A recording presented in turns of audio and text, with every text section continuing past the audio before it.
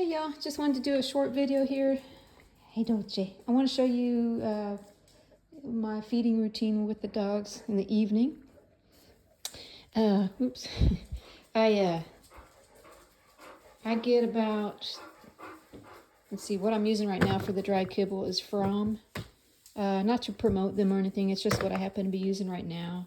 It's about $60+ for a 30-pound bag. And I stored in here. I used to buy this more expensive Zeal, or another one was Ziwi. Very, very pricey, very high quality, air dried, grain free. That was when I just had Ozzy, but now I have two Corsos. They eat a lot, of course, and so I just dump that kibble in this container here to keep it fresh. And every evening I'll get a 2-cup measuring cup, and I will basically just put that in a bowl, and then I will boil some chicken tenders, which I've already done here, and I'll just kind of shred it with my hands after it cools. That is I'll show you, let's see here, oops, that's one of these bags here. I just tear one of these bags open. Frozen chicken tenders. She's like, let's get on with it. Stop your yapping. I'm hungry. So yeah, got one of those whole bags, a 2-pound bag. Boil it, and I'll just mix that in. So I'll just take my hands and mix it in with your kibble. Ozzy, come. You hungry? Come on. Come. And I have these elevated bowls. You know, some people say for the Corsos, it's better for them to eat out of an elevated bowl so that they don't eat too fast, don't get air in their stomach, which could make them prone to bloat or gastro distortion, torsion. Gastric torsion, where their stomach flips over or something, you know. So inside, it's very dangerous, but I haven't had an issue with it. And I just got the elevated bowl, so he's ready. He's ready to go. She's ready. Good girl. Okay, come on. Good girl. This one's for Dolce.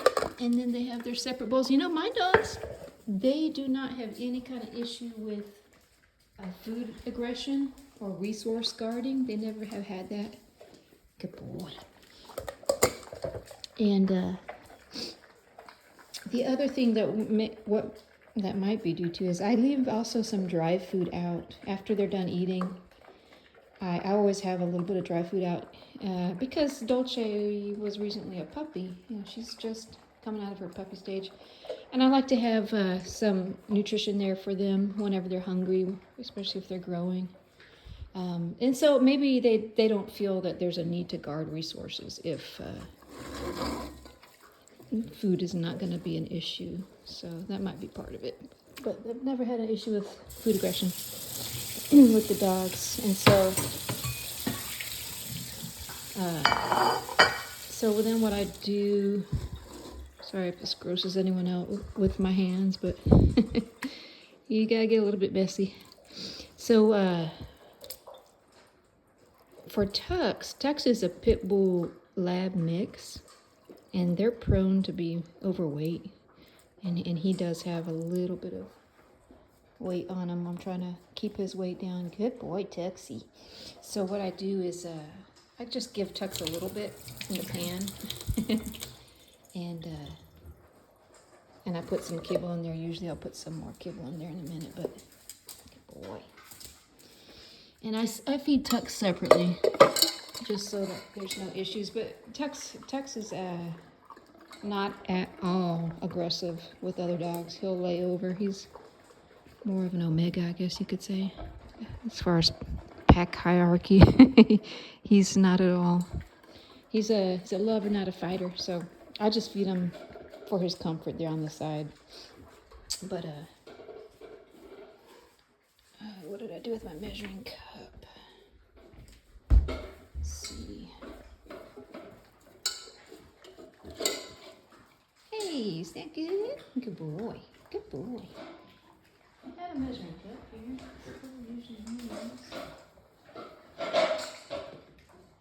Oh gosh, she's so dirty. Good girl. Good girl. Good girl. So yeah, that's pretty much our routine. I'll put a little bit more chicken in there for him. Ozzy, come. A little bit more for her. And I'll just mix it up. You see, and I do this when they're a puppy. I get my hands in there while they're eating so that they don't have any thoughts of, trying to growl at me or, no tendency to bite someone's hand if they get near their food while they're eating. So I did that while they're a puppy. So they're used to me sticking my hands in front of them, and petting them, and just to make sure that there's not going to be any problems, there with that. So yeah, they're totally cool with me coming up on them and petting them. I don't do it a lot, but I've never had any issues with that during feeding time. I know some people will say, no, I don't like to feed my dogs together because they're going to be aggressive towards each other. No, make sure we don't have any of that.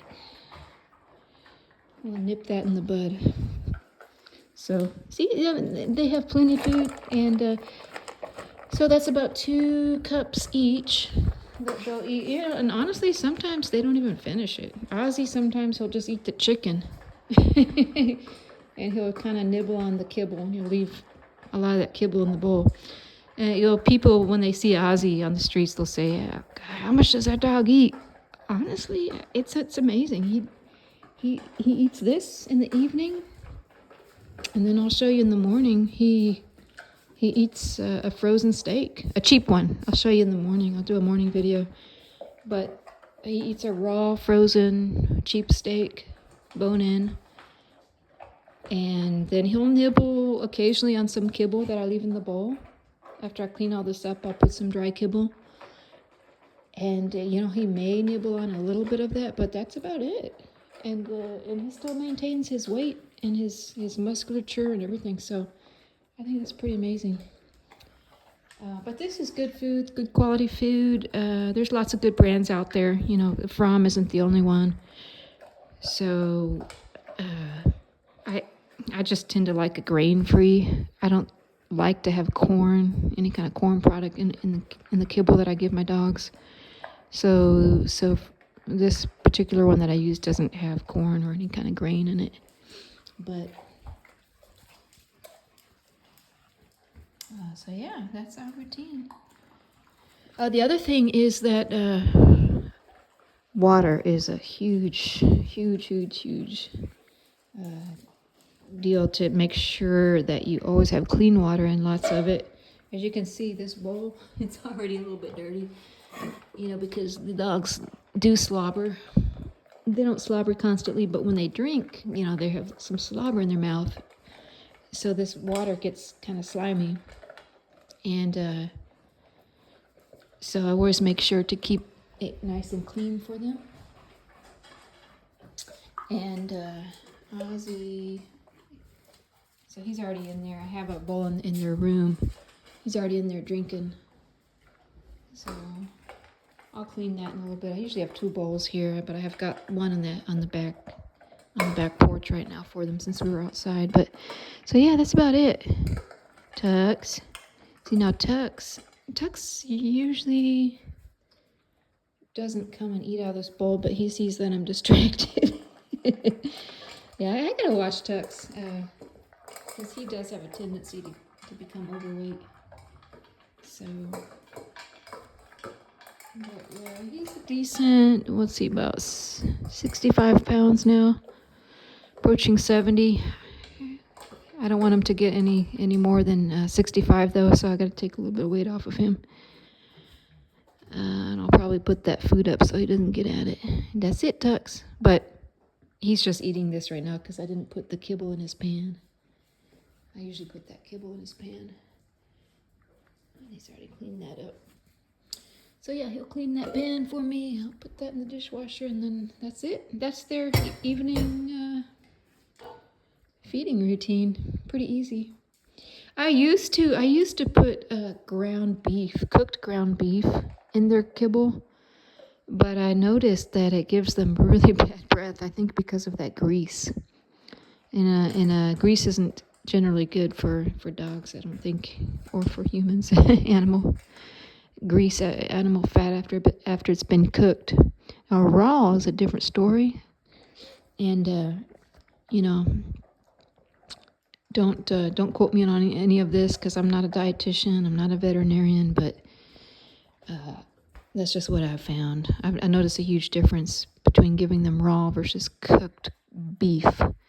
Cooked chicken, I haven't noticed any changes in their breath. They have really decent smelling breath in my mind. I don't get any bad smells, and their teeth still look pretty good. So the chicken is lean meat. There's not a lot of fat on there, so I think that has something to do with it. So yeah, pretty simple. Oh, and he smells that. He says, "Wait a minute." Okay, Papa. Okay, darling. There you go. That's about it. See, he's got still some good musculature on him. I don't know how he does it. You would think that he eats a lot more, but he's definitely not overweight. He's 150 pounds, and he still has a good, where you can see the outline of the rib there. So, you don't want to see this angle filled out too much. And you don't really see that in him. I see a nice hollowness right there. And the lighting's bad, so it's not the best angle, but yeah, he's got great musculature, great bone. And so that's the feeding routine.